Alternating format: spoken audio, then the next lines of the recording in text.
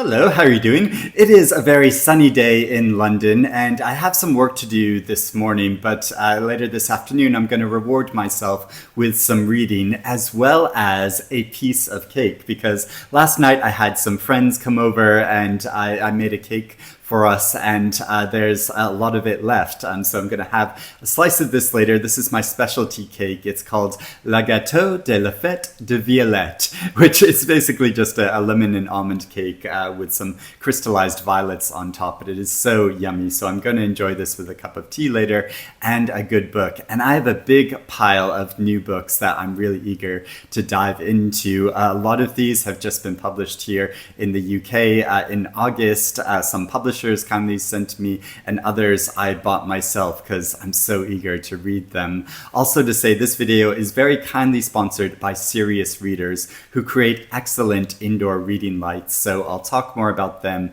in a few moments. But first off, there is a novel I'm so looking forward to by the great Argentinian novelist Claudia Pineiro, called Time of the Flies, and it is translated by Francis Riddle. And this is the story of a woman who went to prison for 15 years for killing her husband's lover, but she's been released, and with her friend they have started a pest control business as well as a private investigation service. But one day a new client comes to them who is looking to have something or someone killed other than pests.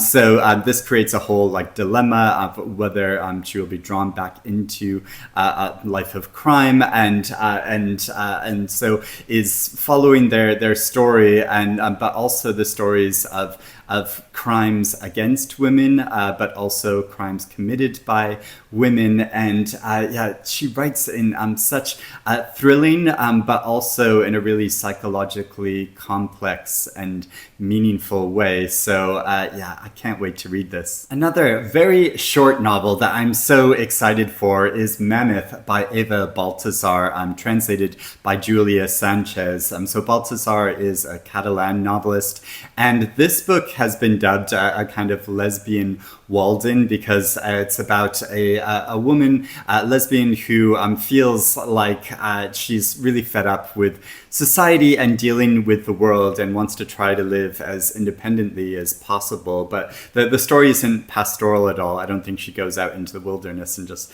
tries to live on her own. She still lives very much in an urban environment and works to try to support herself. But it's about her struggle to live very independently. And I absolutely loved Baltasar's novel Boulder. This is the third book in a thematic trilogy that she's written, and I still need to read the first book in that trilogy. So I'll probably get to that before getting to this new very short book. Mina's Matchbox by Yoko Ogawa. It's translated from the Japanese by Stephen Snyder, and this is a story of a 12-year-old girl in 1970s Japan whose father dies, and so she's sent to live with her uncle in a coastal town, and he lives in a large mansion which has lots of strange and exotic creatures, including pygmy hippo, which you can see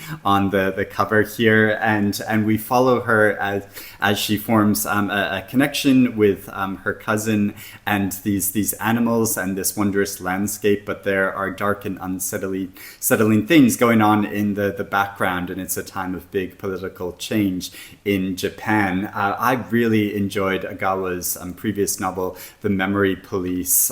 She writes in a really complex and imaginative way. Another new novel that sounds incredibly imaginative is The Watermark by Sam Mills, and this is the story of a once lauded novelist who's now something of a recluse and struggling to write a new book. And one day a couple come to visit him, and he entraps them within his narrative. So we follow this couple on a journey as they try to escape his book by traveling through many other different books and narratives. And so yes, quite a wild and creative story, but that sounds so pleasurable and really exciting. And Sam Mills is an incredibly intelligent writer, and she wrote a really beautiful memoir about her father. So I'm so excited to see how this novel plays out, and I think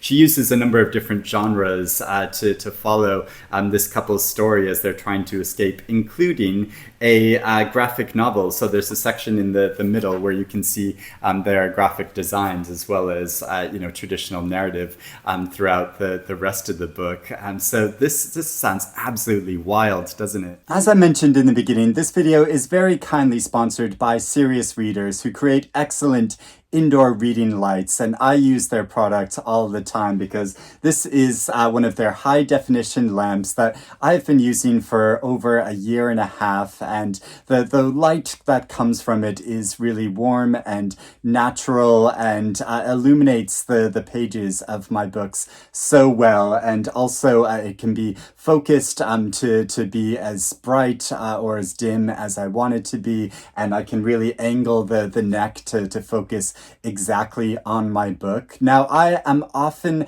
asked, how do I read so much? And one of my strategies is going into this room in my apartment because it is fairly dim in here, but this light works so well that it's really pleasurable to read under it. But also, there's not very much phone reception in this room, and often I'll just leave my phone in another room when I go in here to read, so I can completely concentrate on my book without any distractions. And I've been spending a lot of time in here reading from the current Booker Prize list. So with my online book club, we've been reading The Safekeep, and I'm also currently reading Anne Michael's novel Held. So this is just makes a really great reading space, and I would highly recommend getting a Serious Readers lamp to make the whole reading experience that much more pleasurable. So if you're interested in getting one of their lamps, I'll put a link to their site below so you can check them out. And if you decide to buy one, when checking out, be sure to use the offer code ERIC24, because this will save you £100 on a high definition lamp and give you free shipping within the UK. So let me know if you decide to get one of their lamps and what you think of it. But for now, back to the books. The Voyage Home by Pat Barker. This has such a striking cover, doesn't it? And this is the third book in a trilogy of retelling of the Iliad by Pat Barker from a more female-centered point of view. So at this point in the story, Troy has been destroyed and has been ransacked by the Greeks, and Agamemnon is traveling back home to his vengeful wife, Clytemnestra, who has very just cause for being very upset with him. But he is also bringing Cassandra, who is a mystic who can kind of see the future and has her eye set out on Agamemnon as well. So Agamemnon is kind of pitted between these two women that are bent on his destruction. So we follow this very tense story, and I read the first book in the trilogy, which I really enjoyed and have been wanting to return to it. And also the inside cover of this book is gorgeous. Familiaris by David Wroblewski, and this novel is set in 1919 and follows a newly married couple who move to the Northwoods of Wisconsin with some of their friends and some dogs, looking to create a better life for themselves, but find themselves confronted by many more challenges than they expected.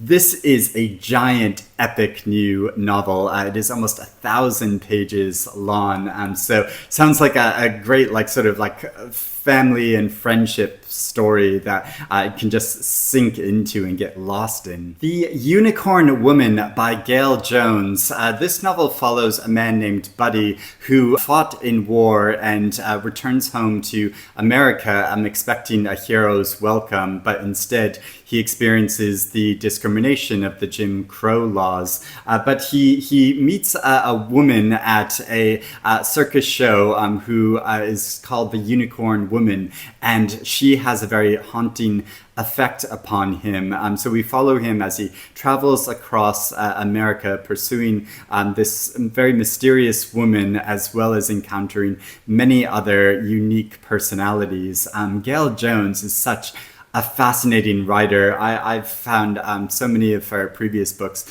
very compelling, and it's just she writes like no one else. Delicious Foods by James Hannaham. This novel follows a woman who's a wife and mother whose husband unexpectedly dies, and so she's suffering from grief from his loss, and takes solace in drugs. But she finds one day that she gets a job opportunity at a farm, so doing agricultural work there. And so she travels there, but then finds herself trapped in this place, and she's not allowed to leave, and she's forced to labor to pay off debts, unexpected debts that are placed upon her. So it's following her story and also that of her child. And the novel is partly told from the point of view of the drugs that she becomes addicted to themselves, which sounds so like creative. I'm really interested to see how that works in the narrative. The Lion's Den by Iris Mwanza. This novel is set in the 1990s in Zambia and follows a woman who has just become a lawyer, and her very first case that she takes on is of a queer dancer who has been arrested and charged for offenses against nature. And so she is struggling to defend this individual when that individual, the dancer, goes missing. And so there's a whole mystery behind this story, but also is looking at the plight of queer people in Zambia during this time. The Garden by Clare Beams. This novel is set in the late 1940s and follows a woman who is desperate to have a child with her husband, but she's had several miscarriages, and she becomes pregnant again, but doesn't want to lose the baby again. So she travels to a kind of experimental medical home where they say that they can help treat her and bring her child into the world. But there are unsettling things going on in the background, as well as a magnificent garden at this property. So we follow her story, and I've read Clare Beams' previous novel called The Illness Lesson, which I thought was so really beautifully written, but very emotionally powerful as well. And I think there's a kind of gothic edge to this story. Liars by Sarah Manguso. This novel follows a couple, a woman who's an aspiring writer and her new husband who's a filmmaker, and they want to both settle down and have a family, but also pursue a creative life. But as they begin having children and a family, she finds that her needs and creative desires are subsumed to her husband. So it's following this family story, and the pressure is placed upon women to have families, but then also to pursue their creative desires. Next, I have a couple of historical novels which coincidentally both involve women who are purported to have fantastic abilities. And so there is Mary and the Rabbit Dream by Noemi Kiss-Deaki. And this novel is a fictionalization of the story of Mary Toft, who is an 18th century woman who was kind of an anonymous person until she purported to give birth to rabbits, and then she became this big figure of like public gossip and curiosity, and so it's following her story and looking at it and recreating it in a very creative way. A Little Trickerie by Rosanna Pike, and this novel follows a girl in 16th century England who she and her mother have never had a fixed abode and really struggle to survive. And but her mother dies, and she is left on her own to fend for herself. So she takes advantage of the gullibility of other people in order to find a way to persist. And this is based on a real historical case of a medieval girl who claimed to be an angel and amassed a cult following.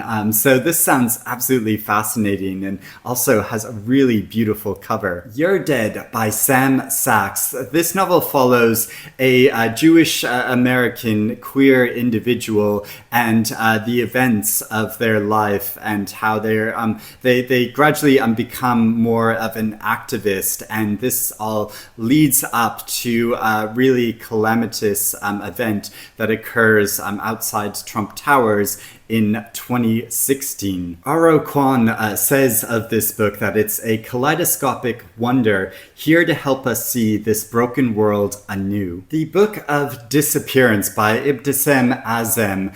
This novel takes place in the Middle East and follows a young Palestinian and his neighbor who's a liberal Zionist, and how one day the liberal Zionist wakes up to find that all Palestinians have disappeared.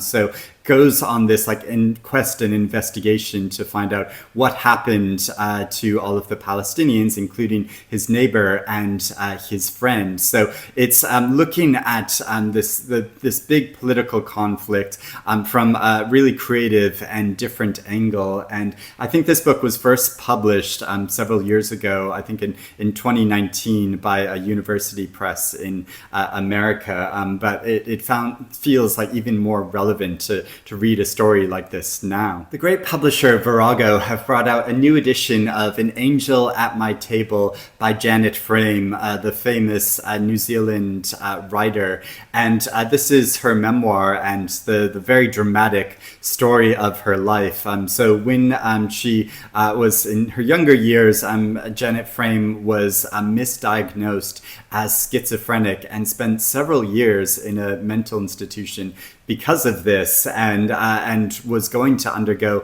a lobotomy when she found out that she had won a literary award, and how after her release she became one of New Zealand's most famous writers. So yeah, this sounds absolutely fascinating, and it comes with an introduction by the director Jane Campion, who made a film adaptation of this memoir. And finally, there is the new memoir, The Flitting by Ben Masters. So this story follows how the author's father was diagnosed with inoperable cancer, but his father was always really interested in the natural world and following in particular the paths of butterflies. And so when his father is confined to his sickbed, Ben Masters goes out to try to follow the paths of butterflies over a season, but he didn't know much about butterflies or the natural world before his father's illness. So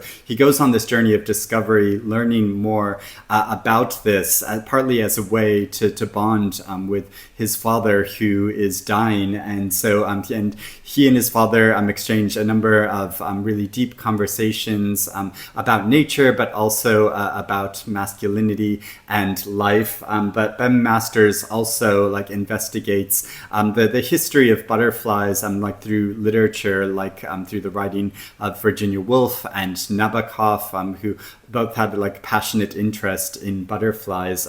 So this sounds absolutely fascinating and very moving. So those are all of the new books that I want to talk about. I'd love to know if you have read any of these books and would recommend them, or if you're interested in reading any of them now. But I hope you're doing well and get some quiet reading time and maybe a slice of cake to have while reading, and a cup of tea. And I will speak to you again soon. Bye-bye.